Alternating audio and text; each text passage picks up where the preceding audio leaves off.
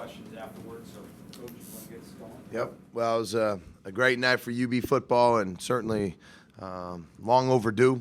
As I told the players, I said we were going to end a streak and start a new one in front of the 7th largest crowd at UB Stadium. So we couldn't be more proud to be able to deliver on our efforts. A great night, and if you look at it, I think really the tell-all was the explosive plays, by Brandon Oliver. Well, actually, I should say the first play of the game.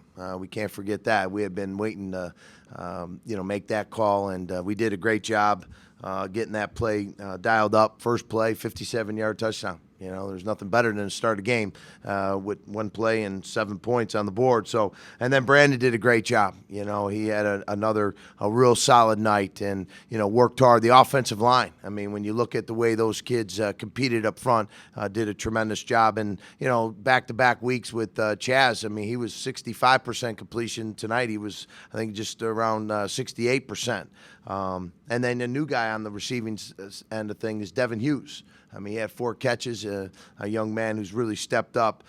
Defense hung in there. They had the ball 40 minutes in the game tonight. So, I liked what I saw there from that side of the ball. So, really, all in all, as I told them, it was a great win. It was a great night. It's well-deserved, but it's one of many. And now they get 24 hours to enjoy it with their families. And now, and then next week, we got to get ready for Ball State.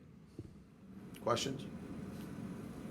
You did score quick, and then it seemed like they kind of, disrupted your flow, and then I think you only ran 5 plays in the first quarter or something like that because they were able to control the ball for a amount of time. It took you a while to get it going. And that's what we knew that. I mean, we knew that Stony Brook, was going to commit themselves to run the ball, and they did a nice job, but we kept them out of the end zone. And that's, really once we started to get a feel for what they were trying to accomplish defensively, then I think our kids settled in, and offensively we were able in the second quarter come out with a couple nice scores to take a lead in at halftime. We should have had another score, but my man Khalil lost his brains for a moment.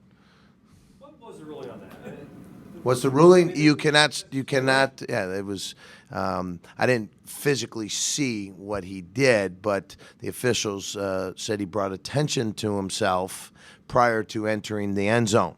And the new rule this year is if you, bring attention to yourself before the score, they'll pull the score out of the end zone and you get penalized, and that's what happened. And unfortunately, we get the ball right back, and we throw a pick. So it was crazy, but, the one thing is you'll see watching number 46, Khalil Mack, play a solid game of football. He is a special player. And the one thing about it, he said, Coach, I'm going to come right back and I'm going to get the ball right back to you. And, and obviously we need to be more disciplined. We can't afford to take points off the board. That's unacceptable. And that's on, our football team to understand the importance of doing things that are the right things all the time in those moments. You think that's a good rule? I mean, a close game that could decide the game. And the rule is there because what we expect out of our players to enter the end zone like you've been there and like you anticipate to be there. Don't be surprised with success. Run in there, hand the ball to the official, and celebrate with your teammates. That's what should happen, and that's what the NCAA is trying to enforce, and I think it's a great rule. And it brings attention to an individual player, and that's not what this game's all about. It's a team game. There's 10 other guys out there busting their tail end. It's not about one guy. Coach, were you happy with the way, beginning of the second quarter, you guys went up, they made it 7-7. Were you happy with the way your club responded, getting the momentum back immediately, going up 14-7, 21-7 on Brandon's 2 scores? Again, they had evened it up, and then you just took the momentum right back. You happy with the resolve of your coach? Right, exactly. It was great resolve, great word, and we talk about it all the time. It's a 4-quarter game, and and I told these guys, and I quote him all the time, is Vince Lombardi. Vince Lombardi, one of the greatest coaches of all time, way ahead of his time, when he said, "Hey, gentlemen, there's 6 to 7 plays in a game. They're going to determine the outcome of the game." The problem is you never know when those 6 or 7 plays are going to take place. So the point is what? Go play every snap. Every player, every play, every snap. And, that's what I tell these guys. Eventually, something's going to, go our way. and it did. And I couldn't have been more proud to see our kids just, fight and hang in there and keep competing. And I think that speaks volumes of our coaches and their preparation. And, we have a game plan, and we tell them all the time, we're going to make the calls. What we want from you guys to execute those calls, and those are the reasons why those plays work. When did you realize Bo had that extra gear, that pull away, Well, I've seen Bo train a lot, and and he showed it in in the spring practices, and then really this fall camp. We really saw how much time he invested. With our strength conditioning coach, Coach Duvall did a tremendous job. But Bo is he showed that in fall camp a couple times. We had a couple plays in camp, in scrimmages where he busted through the line of scrimmage and he pulled away from people. And I think everyone was like, "See, hard work does pay off." And Bo's been saying it all along.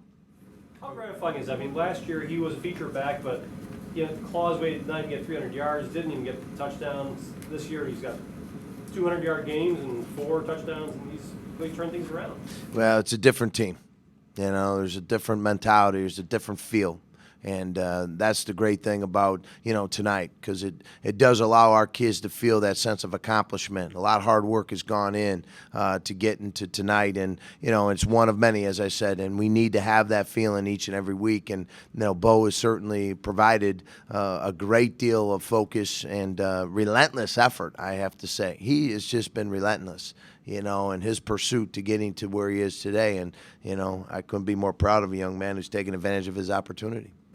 Coach, what defensive adjustments did you make after the first quarter? Because I know the 2 running backs had like 91 yards after the first quarter and finished with 120 something. Great question, because it was called tackling. And we went in at halftime, and you saw it as well as I did. Now, we were not wrapping up. And I tell you, I give those kids credit. I give Stony Brook credit. Coach Priory's done a tremendous job with that football program, and we got nothing but great respect for them, and and we know their running backs run hard and they're physical, and we need to do a better job of wrapping up and then gang tackling, and when we did get to the ball carrier, so they did a good job. We'll have an opportunity to look at the film. We need to get better. We're certainly nowhere near where we need to be, but it's a great step for us. We built on what we saw last week, and I really like the outcome of tonight's match against Stony Brook. 35-7 is a very solid win for our kids, and they did it. And really late in the game, when you think about it, they were going in, and we got the ball back, and a big key turnover. So I like the way our kids responded. Coach, 2 games now with Chaz under the helm here. Can you just speak to the difference he's made for you guys just in front of the show back there? Well, you guys saw what he did again. He understands the game plan. He works extremely hard. He's very knowledgeable, a good decision maker. I know the one that he threw, the second week he threw a pick, but, those are things that, are correctable. And he understands it. The one thing that you never will get is a kid who comes off the sidelines and feeling sorry for himself, or he's always positive, he's always fired up, he always has that air of confidence that is so important to our football team, and the kids respect him. His leadership is tremendous, and I think it's helped our football team to be where it is today. And I can't wait to see how well we respond as we go on the road against a MAC team against Ball State. What was it about them that set up the Denison to pass right off the get-go for you? They're built to stop the run defensively. We put a run formation out there for them to think. We were under center, backs in the backfield directly behind the quarterback, and we put some strong play action right into the face of the defense, and we were able to get behind the back end. And it was great to see a guy wide open catch the ball and run it. Can you just touch on any injuries? Our trainer just came to me and said, "Coach, we're great. No issues. So it's a good feeling to know that we've got everyone healthy through the guys that were able to play tonight. And we got a lot of guys in, which is great. When you get a chance to play a lot of guys, I think that helps give those starters a chance to watch those kids play and cheer them on and encourage them, and then those young kids get a chance to develop. So we're in good shape right now. Coach, you put Anthony in at the end of the game at running back. Is Jeff Von Dill going to play at all this year? Or? Well, right now we feel Anthony's, he's really done a lot in regards to the offense. Gil was hurt a little bit in the camp. Anthony got a lot of reps. And, when you really evaluate the body of work that Anthony has provided and has taken, we felt he was the next guy to go in. And that's right now is going to be that way until Javon decides to, make a move. And Anthony's a very talented football player. So it's nice to have three very talented running backs. But right now we're gonna keep Bo as number one and Anthony number two and see if we can eventually get Gil cranking in there. But right now with Bo doing as well as he is, it's hard to do that.